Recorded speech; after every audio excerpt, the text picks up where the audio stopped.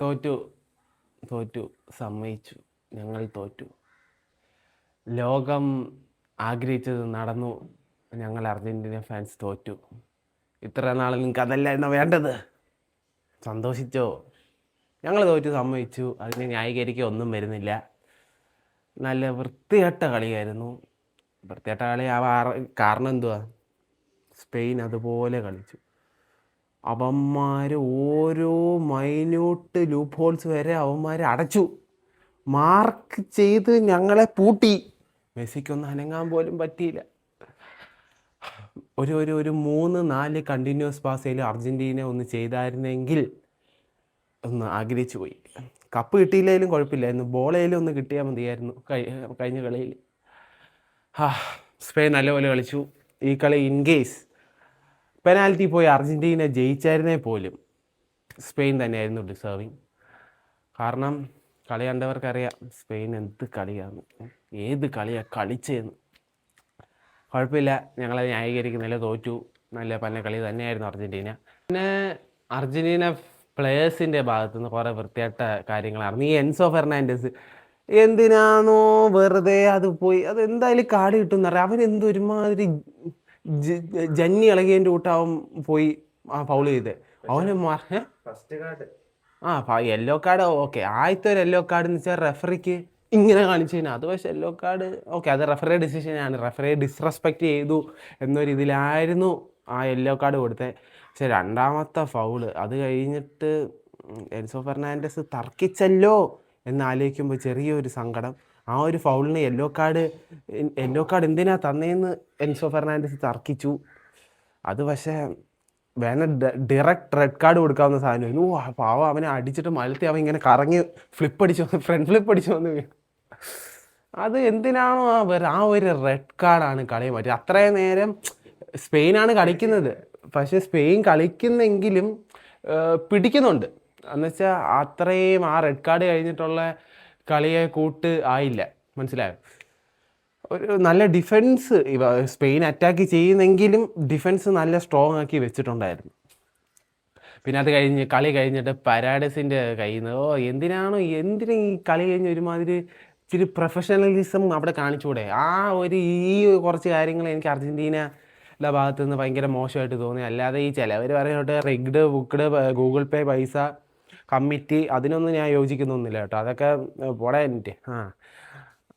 അല്ലാതെ ഈ പ്ലേയേഴ്സിൻ്റെ അത് സംഭവം അർജൻറ്റീന ഈ ഡീപോള്, പാരാഡസ്, എൻസോ ഫെർണാണ്ടസ് ഇവരുടെയൊക്കെ ആറ്റിറ്റ്യൂഡ് അങ്ങനെയാണ്. അവർ അഗ്രസീവ് പ്ലേയിങ് മൈൻഡ് സെറ്റാണ്. പരാഡസ് പക്ഷേ അവസാനം കാണിച്ചത് വെറും വൃത്തിയായിട്ട പരിപാടിയാണ്. ഗവിയൊക്കെ പിടിച്ച് തള്ളി താഴെയിട്ട് അതിന് മുന്നേ വേറെ ഒരുത്തനെ പിടിച്ച്, അതൊക്കെ വെറും ഒരു പ്രൊഫഷണൽ ഒരു ടോപ്പ് ലെവൽ ഫുട്ബോളിൽ കളിക്കുന്ന ഒരു പ്ലെയർ അങ്ങനെ കാണിക്കേണ്ട ഒരു സ്വഭാവമല്ല. ഇനി പിന്നെ ഞങ്ങൾ തോറ്റു. ഞങ്ങൾ ആരൊക്കെയായിരുന്നു തമ്മിൽ കളി? Spain versus Argentina. ഇതിൻ്റെ ഇടയ്ക്ക് ചില സോ കോൾഡ് ഡാഷ് ഫാൻസുകൾ, ഇവന്മാരെന്തിനാ ഇതിൻ്റെ ഇടയ്ക്ക് കയറി വരുന്നേ? നിങ്ങൾ സ്പെയിൻ ഫാൻ ആണോ? ആദ്യം തൊട്ടേ സ്പെയിൻ സപ്പോർട്ടറാണോ? എം.ആൽ സപ്പോർട്ടറാണോ? കളി കഴിക്കോ? ഞങ്ങൾ കേട്ടോണ്ട് ഇന്നോളാം. ഞങ്ങളിങ്ങനെ കൈകെട്ടി കേട്ടോണ്ട് ഇന്നോളാം. പക്ഷേ ഈ ചില ബ്രാച്ചുകൾ ഫാൻസ് എന്തിനാണ് നിങ്ങളുടെ ടീമായിരുന്നു മണ്ടന്മാരെ പോർച്ചുഗലെ നിങ്ങളുടെ ടീമിനെ അടിച്ച് പുറത്താക്കിയതാ സ്പെയിൻ. എന്നിട്ട് അമ്മാരെ പോയി സപ്പോർട്ട് ചെയ്തു. സ്പെയിൻ നാണമുണ്ടോ? പിന്നെ ബ്രസീലും എന്തിനാ? നിങ്ങൾ ടീം പുറത്തായി എന്നാൽ പിന്നെ കളിയും കണ്ടോണ്ട് മിണ്ടായിരുന്നപ്പോൾ ഇന്നലെ ഞാൻ ആ ഫാൻ പാർക്കിൽ കളി കാണാൻ പോയപ്പോഴാ സ്പെയിൻ ഇത്ര ഫാൻസ് ഉണ്ടെന്ന് അറിയാം. ലോയൽ ഫാൻസ് ആയിരുന്നു. സ്പെയിനൊക്കെ ഒരു യെല്ലോ കാർഡ് അർജൻറ്റീനയ്ക്ക് കിട്ടുമ്പോൾ വരെ കയ്യടിയും കൂവലും എന്തൊക്കെയാ. നിങ്ങളുടെ ടീം ഞങ്ങൾ ഫൈനലിലും കയറി, നിങ്ങളുടെ ടീം വീട്ടിലിരുന്ന് കളി കാണുന്നത് അത് ഓർത്തോ. പക്ഷേ എന്തോ അത്രയും സങ്കടമില്ല അർജൻറ്റീന തോറ്റില്ല. എന്തോന്ന് എനിക്കറിയത്തില്ല, എനിക്ക് മാത്രമാണോ അതോ ബാക്കിയുള്ളവർക്ക് അങ്ങനെയാണെന്നോ എനിക്കറിയത്തില്ല. പക്ഷേ എനിക്ക് അത്രയും വലിയ സങ്കടമൊന്നുമില്ല. ഈ 2014 തോറ്റപ്പോൾ ഭയങ്കര സങ്കടമായിരുന്നു. പക്ഷെ ആ ഒരു സങ്കടം ഇപ്പോൾ ഉണ്ടോ എന്ന് വെച്ചാൽ ഒരിക്കലും ഇല്ല. അതെന്താണെന്ന് അറിയത്തില്ല. കാരണം ഒബ്വിയസ്ലി കഴിഞ്ഞ വേൾഡ് കപ്പ് അടിച്ചുകൊണ്ടായിരിക്കും. അതുമല്ല ബാക്ക് ടു ബാക്ക് ഫൈനൽ കളിച്ചു, അതുകൊണ്ടായിരിക്കും. പിന്നെ മെസ്സിയുടെ ലാസ്റ്റ് വേൾഡ് കപ്പ്, അതിന് നല്ല സങ്കടമുണ്ട്. ഇനി ഒരു വേൾഡ് കപ്പ് മെസ്സി കളിക്കണോ എന്ന് ചോദിച്ചാൽ എൻ്റെ പൊന്നെ ഒരിക്കലും കളിക്കല്ലേ. മെസ്സിയുടെ ഉള്ള വിലയും കൂടെ പോവും. അതുകൊണ്ട് മെസ്സി ഇതോടെ വിരമിക്കുന്നതായിരിക്കും നല്ലത്. റൊണാൾഡോ ഫാൻസിന് അറിയായിരിക്കുമല്ലോ, ഇപ്പം നിങ്ങളുടെ ഫാൻ ബേസ് മാറ്റി വെച്ച് നിങ്ങൾ തന്നെ ഒന്ന് ബുദ്ധി വെച്ച് ഇരുന്ന് ഇങ്ങനെ ഒന്ന് നോക്കിയാൽ നിങ്ങൾക്ക് മനസ്സിലാവും റൊണാൾഡോ ഈ വേൾഡ് കപ്പ് കളിക്കേണ്ട ആവശ്യം ഉണ്ടായിരുന്നോ എന്നുള്ള കാര്യം. ഒരിക്കലും ഇല്ല. നിങ്ങളുടെ ബെഞ്ചിൽ ഇതിലും നല്ല ബെറ്റർ ഓപ്ഷൻ ഇഷ്ടം പോലെ ഉണ്ടായിരുന്നു. അപ്പം മെസ്സി ഈ ഒരു വേൾഡ് കപ്പോടെ വിരമിക്കണേ എന്നാണ് എൻ്റെ ആഗ്രഹം. ക്ലബിൽ നിന്നല്ല, അർജൻറ്റീന നാഷണൽ ടീമിൽ നിന്ന്. കാരണം ഇതിലും മികച്ച പടിയിറക്കം ഇനി കിട്ടാനില്ല. ഇനി അടുത്ത വേൾഡ് കപ്പ് ഫൈനലിൽ ഒരിക്കലും കളിക്കത്തില്ല. 2018 അവസ്ഥ തന്നെ ആയിരിക്കും 2030. കാരണം 2022 കുറേ ഗ്യാസ് ഉണ്ടായിരുന്നു. 2026 ഇച്ചിരി ഗ്യാസ് കുറഞ്ഞ്, ഇനി 30 ഗ്യാസ് ഇല്ല. അപ്പം ഇപ്പോഴേ വിരമിക്കുന്നതായിരിക്കും നല്ലത്. ഇനി മെസ്സിക്ക് എന്തോ പ്രൂവ് ചെയ്യാനുള്ളത്? ഒന്നും പ്രൂവ് ചെയ്യാനില്ല. മെസ്സി പ്രീമിയർ ലീഗ് കളിച്ചില്ലെന്നും ബുണ്ടസ് ലീഗ് കളിച്ചില്ലെന്നും ഒക്കെ കാര്യങ്ങളേ ഉള്ളൂ. മെസ്സിയുടെ കരിയറിൽ മെസ്സി കോമ്പീറ്റ് ചെയ്തെടുത്തെല്ലാം മെസ്സി വിജയിച്ചു. ഞങ്ങൾ മെസ്സി ഫാൻസാണ്, ഒരിക്കലും അർജൻറ്റീന ഫാൻസ് ഒന്നും. ഇനി അടുത്ത വട്ടം മെസ്സി വിരമിച്ചു പോകാൻ ഞങ്ങൾക്ക് അർജൻറ്റീന സപ്പോർട്ടൊന്നും കാണത്തില്ല. ഓക്കെ, ഞങ്ങൾ നേരത്തെ അർജൻറ്റീനയാണ് സപ്പോർട്ട് ചെയ്തത് എന്നുള്ള ഒരു രീതിയിൽ ഞങ്ങൾ അർജൻറ്റീനയെ സപ്പോർട്ട് ചെയ്യും. അല്ലാതെ ഡൈ ഹാർട്ട് അർജൻറ്റീന ഫാൻസ് ആവത്തൊന്നും ഇല്ല. ഉറപ്പായിട്ടും ഞങ്ങൾ മെസ്സി സപ്പോർട്ടേഴ്സാണ്. അതുകൊണ്ടാണ് അർജൻറ്റീനയെ സപ്പോർട്ട് ചെയ്തത്.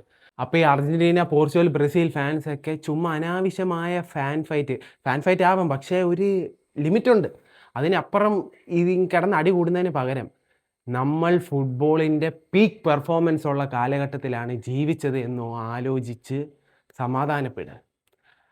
ഇപ്പോൾ അർജൻറ്റീനയുടെ കാര്യം ആലോചിക്കുമ്പം അർജൻറ്റീന ജയിച്ചാലും കുഴപ്പം തോറ്റാലും കുഴപ്പം 2022 വേൾഡ് കപ്പ് അടിച്ചപ്പോഴും നിങ്ങളുടെ പറച്ചിലിത് 2026 ഫൈനലിൽ കയറിയപ്പം വരെയുള്ള ഞാൻ ഒരു കാര്യം ചോദിച്ചോട്ടെ, എന്താ 2026 ഫൈനൽ പൈസ ഗൂഗിൾ പേ സെർവർ ഡൗൺ ആയിരുന്നു, എന്താ പൈസ പോയില്ലേ?